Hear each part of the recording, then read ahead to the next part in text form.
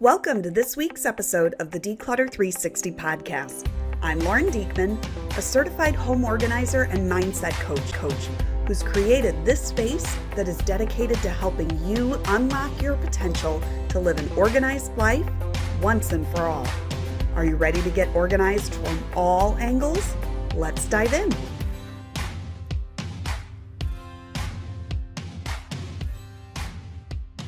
Welcome back to another episode of the Declutter 360 podcast. As always, I'm so glad you're here joining me. And if you've been listening in for the past couple of weeks, you know that we have been talking about all the different aspects of meal planning, right? We've been talking about what meal planning can do for you in terms of helping to organize a certain area of your life and allow you a little bit more freedom, a little bit more headspace, a little less stress and frustration every day as the dreaded what's for dinner question comes up, right? I mean, this is a daily occurrence for so many of us. Probably I'd be willing to bet everyone listening to this podcast, that's a daily question that we hear, even if it's ourselves asking that question of ourselves, what's for dinner tonight? It can be just you and you still have to answer that question.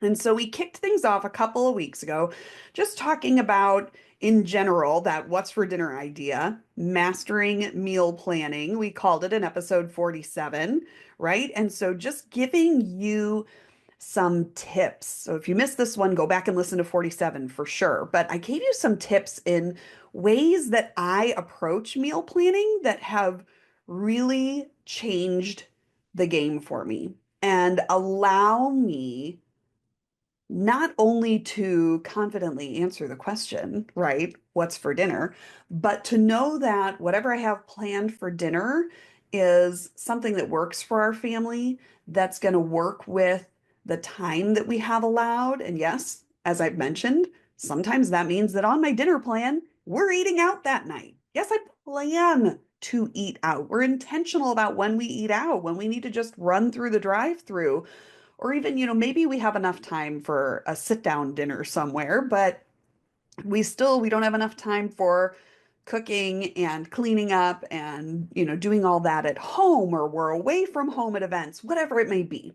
But it allows me to be really intentional and really purposeful with what I'm making for dinner based on our evening's activities, what kind of time we have allowed, what we're going to be eating, when we're going to be eating, what's the weather going to be like, and to take all of these different aspects into account to help set myself and my whole family up for success then, right? Then last week in episode 48, I jumped in and talked a little bit about shopping for meal planning and why it's so important to have that plan for going to the grocery store and all the benefits that come along with meal planning in terms of your grocery shopping, the time savings, the financial savings, all the different things. When you can think ahead of time, work through that plan, it can be really, really helpful for you to be able to eliminate a lot of that stress and frustration that comes with the question of what's for dinner. How crazy is that? That three simple words can really make or break your day. It's wild, but that's why we're talking about this. And that's why we're dedicating so much time to it. So we're going to talk about it some more today. Today, we're going to talk a little bit about decluttering and utilizing your food storage spaces in your kitchen. And next week, I'm actually going to have a special guest here for the first time on the podcast. Really excited about this. But I'll have a guest here with me who's going to talk a little bit with me about her expertise in setting up refrigerators, setting up pantries for success. And I'm going to be, sharing a little bit of that today as we talk about the idea of decluttering your refrigerator and your pantry and all those, food storage spaces. But something else I want to give a little nod to today is, something we've talked about in the past. I believe, oh gosh, way back at the beginning of the podcast, when we were talking about prime real estate. So go on back through the podcast, go back through the archives, my friends, and find that episode on prime real estate or real estate in terms of organizing. I'm trying to remember exactly what that episode is called, but it's escaping me at the moment. But I know real estate's in the title, so definitely go take a look for that one because we talk about, I used the kitchen as an example, I believe, in that episode, and we talked a lot about how to really set up your kitchen for success when you are cooking, when you're meal prepping. Okay, and now we're going to take it a step further because in that, when we were talking about that kind of real estate, we were really talking about the tools, right? The tools, and things like that within your kitchen, your utensils, your bowls, your um, small appliances, your plates, whatever it may be, your knives. Okay. Today, I want to kind of shift and think about that real estate or other real estate in your kitchen, I guess, in terms of the food storage, right? So thinking about your refrigerator, thinking about your freezer, thinking about your pantry, and how you can address these areas and maybe utilize these areas in a little bit different way to really support your meal planning and support, again, that simplicity that all of this is designed to bring to your life, right? So we're going to be simplifying your refrigerator, simplifying your pantry, simplifying your freezer. Okay, the freezer for me tends to be the hardest spot because of the longevity, how long things can hang out in the freezer. Or I guess it's not the hardest spot because the pantry can serve the same function, let's be honest, but more so than the refrigerator. Things go bad in the refrigerator more quickly for the most part if you're not using them and getting them used up. That's something we're going to chat about today too. But in the freezer, your stuff's got a little bit more longevity, and sometimes things can get pushed to the back and forgotten about. And even then, it ends up, potentially freezer burned or unusable, right? Or not as great once you go to use it. So let's start with the refrigerator and chat about that because we're going to especially be talking about pantries next week. But, everything that I'm talking about here with the refrigerator really applies to any of these spaces. It applies to the fridge, it applies to the freezer, it applies to the pantry. So, what I want you to think about in your refrigerator right now, if you were to go and open your refrigerator door, how full is your refrigerator? And now, when I ask you that question, I want you to also think, how close are you to needing to go to the grocery store? Okay. For me, these episodes come out on Thursdays. I typically go to the grocery store on the weekend. And so, about this time in the week, there may be a few containers of leftovers. If you're in our Facebook community, in my Facebook community, the Declutter 360 community over there. If you're not, the link is down in the show notes. But if you're over there, I've been starting to share my meal plans on Meal Plan Mondays, and you can jump in on that as well. Share your full meal plan or share a recipe idea, share your favorite thing you made for dinner the week before, whatever it may be. And then we can all kind of play into that a little bit and see, what's everybody having for dinner? Get some new ideas, get some accountability, some motivation, if you will, or inspiration to get meal planning. But so right now, you that's kind of what you'd see in my fridge. You'd see some leftovers, you'd see, milk, almond milk, eggs, things like that, some staples. My produce drawers are probably starting to get pretty empty. Yes, I have a cheese drawer. Do you have a cheese drawer? Everybody should have a cheese drawer. Cheese is life. Um, my cheese drawer, that kind of varies, but I'll check that out and see if that needs to be restocked with anything for the following week. But for the most part, I have found since I started meal planning really intentionally and thinking about how I use my spaces that not only am I throwing out a lot less food, especially from my refrigerator, but from my pantry or my freezer as well, that has gone bad or is past its prime, unable to be used, molding, whatever it may be, whatever was hiding in the back of the fridge. I throw out a lot less food since I adopted meal planning and intentional meal planning. I'll talk about that a little bit more here in a second. But I also generally just have more space in my fridge. That's not to say that it's emptier, but I don't feel the need anymore to just buy all of the things to keep them on hand. Same concept goes for my pantry. I buy less from my bulk store that I'm a member to. Y'all know what I'm talking about, right? Especially in terms of items that go in my pantry or that go in my refrigerator, because I don't necessarily need or want to have all that excess bulk. The amount that I save financially, potentially, from purchasing at a bulk store, at a club store, doesn't outweigh the frustration that I begin to feel when my spaces, like my pantry or my refrigerator, start to become cluttered. It's harder for me to find what I need. It's harder for me to know what I have. It makes that process more difficult of having to dig through the pantry or dig through the refrigerator to try to see, do I have this particular canned good?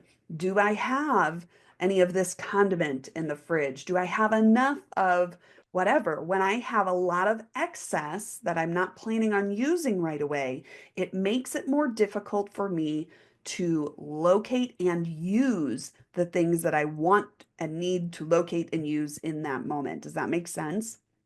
So I do a lot less buying from those kinds of bulk stores and stocking up on things. That's not to say that there aren't items that I know that my family goes through a lot of. Like I've got a teenager who loves cereal, and he has one particular kind of cereal that he loves. And it happens to be the same kind of cereal that my husband likes to eat every day. And so we go through a lot of boxes of cereal, this particular cereal on a weekly basis. And so I have to buy a lot of this cereal, and I have it like a separate space, but we just, we keep one box, maybe two in the pantry because that's what we have space for. If I try to crunch more in there, then I start getting frustrated. And so I have a separate storage area for kind of the overflow cereal boxes, and then they go and grab one as they need them and refresh. But for me, I found that with meal planning, I can still utilize store sales to save money when I look at those sales ahead of time, rather than being in the store, seeing a sale, buying something because it's on sale, stocking up on something because it's on sale, right? And then having to hold on to it and cross my fingers that I'm going to use it before it goes bad. That I will remember that I have it or be able to see it to know that I have it when I am planning meals so I don't buy it again when I don't need it. Are you following my logic here? This idea that I think so often for myself, and I'm wondering if this is resonating with you, so definitely let me know, but that idea of seeing something on sale, seeing a good deal, and going ahead and getting it, but then it's just in the way because you don't have an immediate plan to use it. Instead, when I'm talking about this intentional meal planning, I'm really thinking about the meals that I am planning. What maybe do I have on hand? Do I have rice on hand already so that I can, use that? I do typically buy a big bag of rice. I'm not a decanting person, but if you're someone who likes to buy grains or things like that in bulk, decanting can be a useful tip for you. I typically just like a resealable bag or something like that around it to help it stay fresh. But we go through it pretty quickly. We eat things like, rice, for example, pretty frequently. So it's something that I do keep on hand in a larger quantity. Whereas the canned goods that I need, maybe I need a can of diced tomatoes or some, gosh, tomatoes are the only thing coming to mind, like crushed tomatoes or something like that. I used to stock up on those. And I would have a lot. And then I was always wondering, do I have enough? Do I have some? Now I put in my grocery order or I put it on my grocery list how many cans I need for that week. I need 2 cans of diced tomatoes, whatever, 14.5 ounce cans. And I just buy what I need. But I can still look if I'm wanting to save money, I can look to see what kinds of things are on sale, especially the proteins, things like that that are a little bit more expensive. What's on sale? And then choose my recipe from those and choose my recipe from things that I have in the house already. And with intentional meal planning, a lot of times, especially when it comes to produce, maybe I would buy, oh gosh, the first thing coming to mind is a head of cabbage. I have several recipes. My family does like cabbage. Maybe yours does, maybe you don't. That's okay. But uh, several recipes that utilize cabbage, but almost all of them use half a head of cabbage. Okay. And so a lot of times I would buy my head of cabbage, I would chop it in half, I would use that half, and I put the other half in the fridge. And eventually I'm like, ooh, that's molding, and I would throw it away. Now, through intentional meal planning, I think to myself, okay, or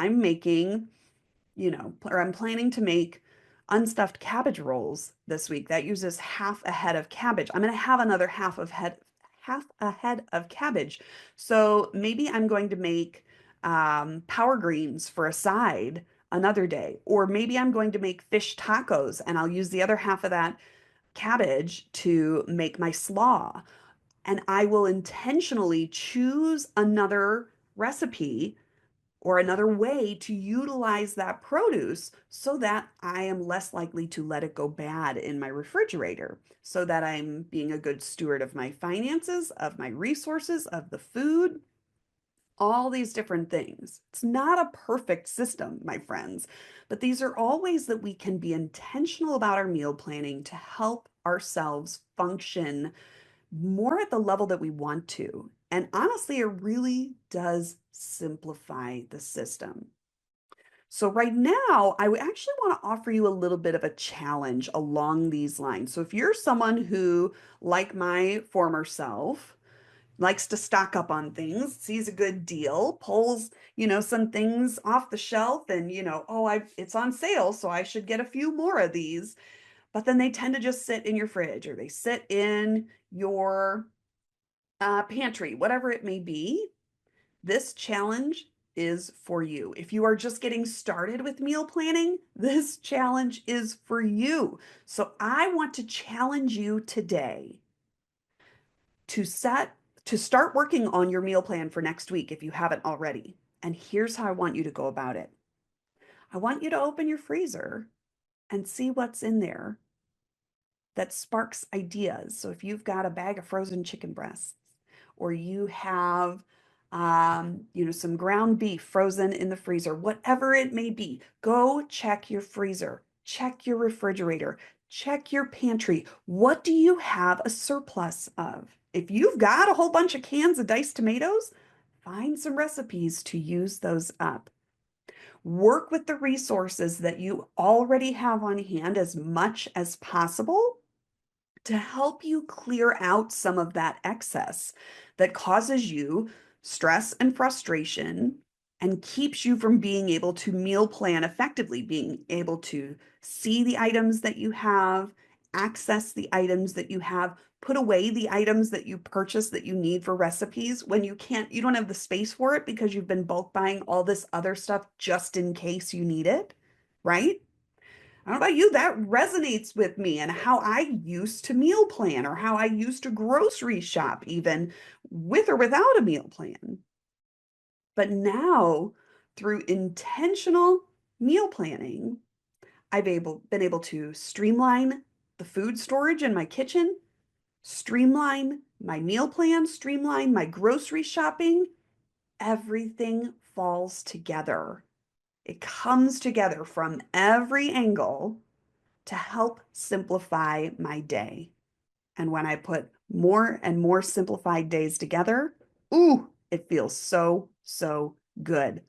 All right, my friend, come on back and join me next week for episode 50 with our first guest here on the Declutter 360 podcast. I can't wait. thank you for tuning into the Declutter 360 podcast today. I am so grateful that you found me and that we can partner together to help you live life organized from all angles. Whether this was your first time listening or you've heard every episode, you'll want to join my email list so you don't miss a bit of the inspiration and motivation to help you stay the course in living organized. Check the show notes for the link to join, okay? And hey, if you found this episode to be particularly helpful or inspiring, I would be so honored for you to share it on socials so we can grow the impact of these messages together. Oh, thank you so much. All right, my friend, that's all for now. Tune in next week for more on the Declutter 360 podcast.